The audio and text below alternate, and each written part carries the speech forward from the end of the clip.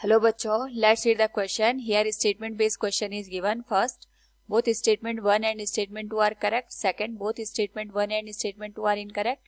Third, statement 1 is correct and statement 2 is incorrect. Fourth, statement 1 is incorrect and statement 2 is correct. Statement 1 is on hitting a metallic sphere, its moment of inertia about an axis passing through its center increases.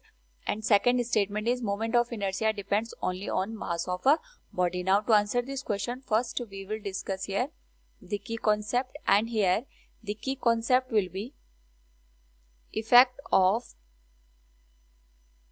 thermal expansion on the moment of inertia. तो जब हम बात करते हैं यहाँ पे thermal expansion की, इसकी वजह से हमारे पास जो ऑब्जेक्ट होता है इसके जो डिफरेंट डायमेंशन होती है उसमें चेंजेस हमें देखने को मिलते हैं, वॉल्यूम में, एरिया में, लेंथ में, और इसका यहाँ पे मोमेंट ऑफ इनर्शिया पे क्या इफेक्ट होता है इसको हम यहाँ पे एनालिसिस करेंगे.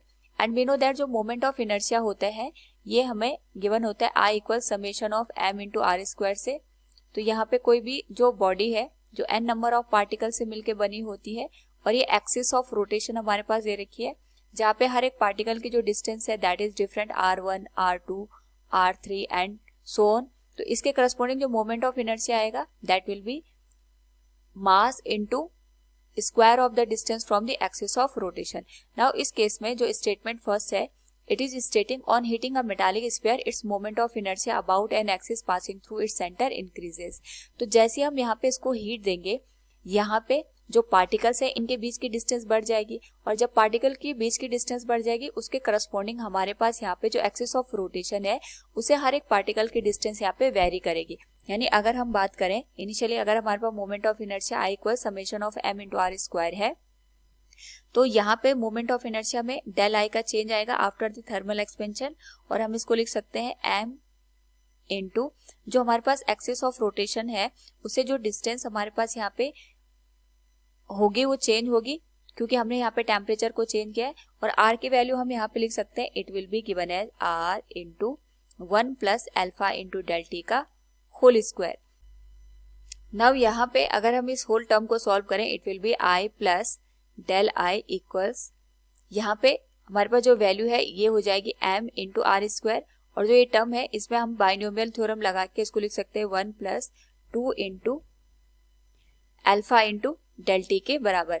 नाउ यहाँ पे अगर हम बात करें जो हमारे पास summation of M R square है ये I के बराबर वैल्यू को रिप्रेजेंट कर रहा है, so we can write it will be given as I plus del I equals ये आ जाएगा summation of M R square plus summation of M R square 2 into alpha into del t.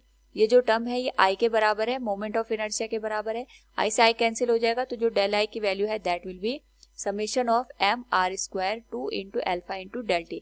और जो summation of M R square है ये I को represent कर रहा है तो हम इसको लिख सकते हैं del I divided by I equals 2 into alpha into del T.